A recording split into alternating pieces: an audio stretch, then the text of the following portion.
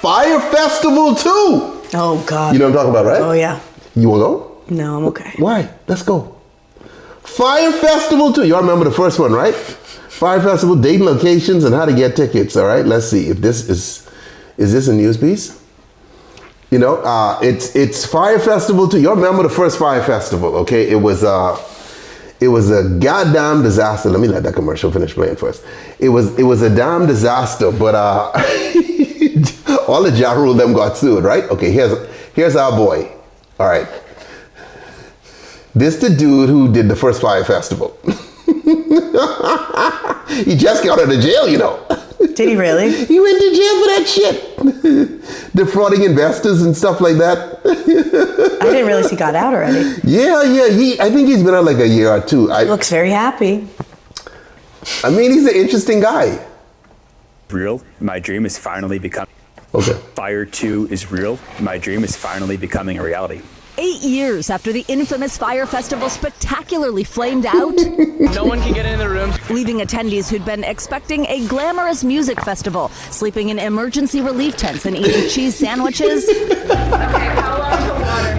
The failed festival even gaining global attention, with streaming documentaries showcasing the debacle. The biggest event in a decade, I promise you. Its founder, Billy McFarland, who spent 4 years behind bars for fraud, says it's back and will actually happen safely this time. McFarland sat down exclusively with NBC News, revealing the festival's exact location, Isla Mujeres, Mexico, and new dates, May 30th to June 2nd, pushed back by a month. We just needed the extra month to give our partners time to get everything ready. Using partners is new this time around. McFarland is no longer handling the details. A major festival operator is on board, along with hotel and travel partners and ticketing companies. Why do you think those partners agreed to partner with you, given what happened the first time? Fyre 2 really isn't about the past, and it's not really about me. It's about taking the vision, which is strong. Tickets go on sale this morning, just $2,000 in total, ranging in price from $1,400 to $1.1 million. An experience McFarland says includes yacht accommodations and access to artists performing, though no artists have been announced yet. So we're now artists across electronic, hip-hop, pop, and rock. However, it's not just music. We might have a professional skateboarder do a demonstration. We might have an MMA champion teach you techniques in the morning. And you say we might have. Are any of these for sure haves? Are they booked? So I think what makes Fyre so cool is that we are selling the experience of Fyre. I want to be one of the first festivals that can sell out with no artists. But you do have what? We're announcing the artists over the next few months, so I'm not in charge of booking the talent. Will these be A-list names that are involved? I really hope so, and I expect so from our conversations. But whether McFarland will see any of this firsthand, an open question, because part of his penalty restricts his travel. Can you go to Mexico?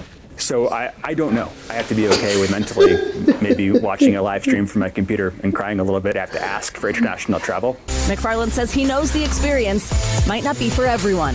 It's 2,000 people taking the risk, seeking the adventure, and wanting to be there for the moment. Taking the risk. Is it a risk to buy a ticket to Fyre Festival too? I think it's always a risk. You're taking a risk because I made a lot of bad decisions and messed up the first festival. Until it's experienced, there is a risk component to it. So now a minimum of $500,000 from this Fyre Fest will go toward the $26 million in restitution that McFarland still owns. And even beyond that, he and every one of his partners have committed to 10% of the total profits going toward it as well. By the way, based on interest they've seen on their site, they say they think they could sell out within a day. Of course, a lot of people are wondering if McFarland can pull this off, given what a chaotic disaster the festival was the first time around. We did, though, confirm with each partner that they are, in fact, working with him to make it a reality. But basically, he's selling, like, he's the draw. Like, the scandal is the draw. He doesn't know really anything that's going on because he's not booking the artists. Nobody's buying a ticket. It cares about seeing the music. Who's going to buy that ticket today? The people who are like, they want to be like, I bought Fyre Festival and put it on Instagram. You don't know who the artist is going to be. You don't even know where Mexico is. Could be a skateboarder. Could be a skateboarder. Yeah, well, so that's the idea, is this experience in addition to music. But Savannah, exactly what you're saying is right. He says, I'm targeting 2,000 people who know that this is what they're coming for, to kind of survive Fyre Fest 2, to see what actually ends up happening. And his scandal is the selling point. Like, that's why he's very aware of that. Well, what A-list artist is, let me sign up for the scandal. That is part deux. He didn't say A-list. He said there is a list. Oh, a list. There is a list. Hey, Al. distinction now. Just by the way, if you haven't seen the documentary, so it's There was- Fyre Festival. There's two.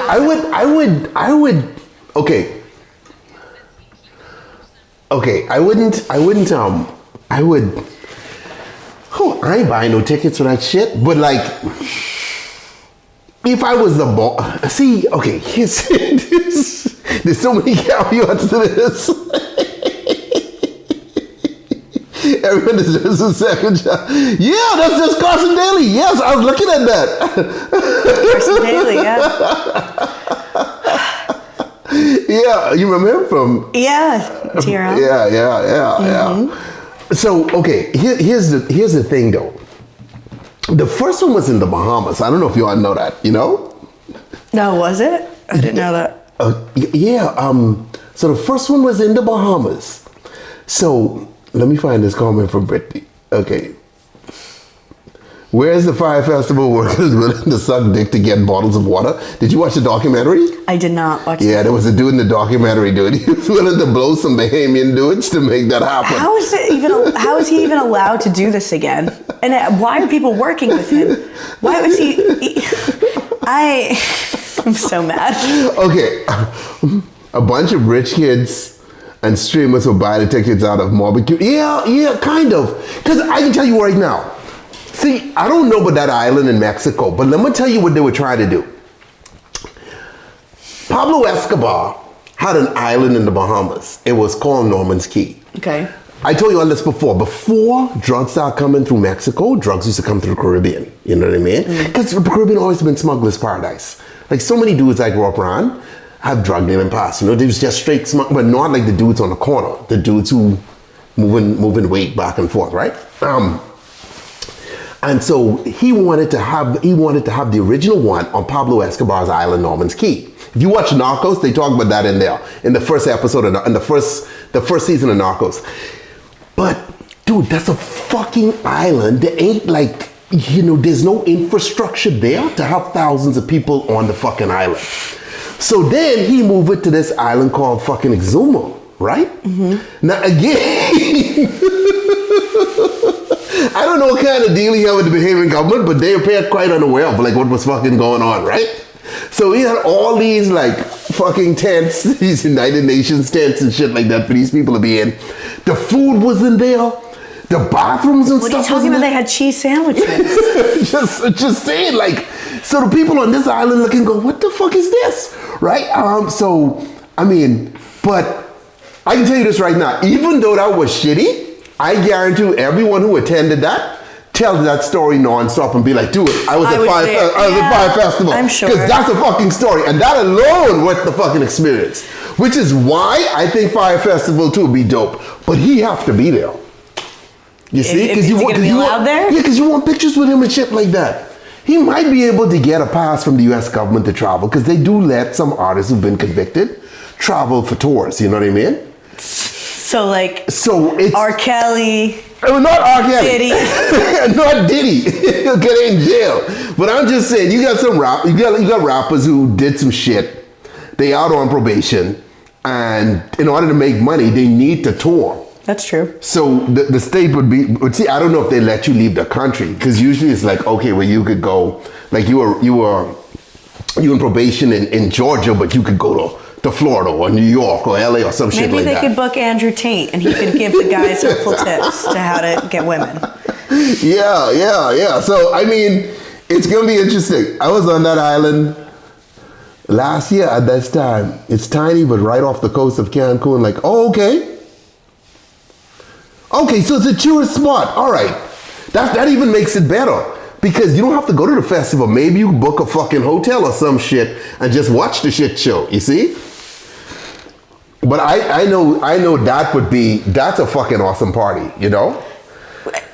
Especially if you rich looking for shit to do, because you understand, if you got like very rich parents, right? And I mean, but why does it range so much in price? $1,400 to 1.1 million? Because the 1.1 million experience supposed to include, I guess, backstage with all the fucking artists and hanging out with them and all that, which ain't gonna fucking happen. Yeah, I know, which ain't gonna happen, you know? What the fuck? Now the asshole who buys the $1.1 million tickets out of his fucking mind. Wait, what does the website look like right now? Fyre Festival 2? Mm-hmm. Okay, let's see. I don't know. Fyre Festival 2. Let me find the website for you guys. Okay, guys, check this the website out. Okay. And I'm gonna make it smaller. All right, this is it. This is it, Fyre 2. Explore tickets. Huh? Fyre 2, dude. Now, what's on the side here? Okay, home, tickets. This is nothing. Generally access the essentials. 1,400, 5,000. Artist access. 25,000. Okay. Okay. What about the one? Oh, wait, what's the 1 point? Where? The fire starter. It's the Fyre starter. It's not for the faint of heart, nor is it for the casual attendee. It is for those who seek to rise above, who don't just want to witness history, but aspire to share. What does that mean? Leave my boy alone. Water adventures, experience, leisure, wellness. This is what wait, what does it say? This is what defines Fyre. Explore, embrace the unknown. Unknown because nothing is booked. And defy the impossible alongside some of the most fascinating people in the world. Then come together at night to celebrate. There's no other event like this. Didn't all of Kim Kardashian them get sued over this shit? Yeah, why did they get sued? What happened? Because they promoted it. This dude promotion was next level. You remember he had all them fucking models and shit promoting that? Dude, I mean, his shit was legit up until it wasn't. It was never legit. His shit was good up until it wasn't, you know what I mean?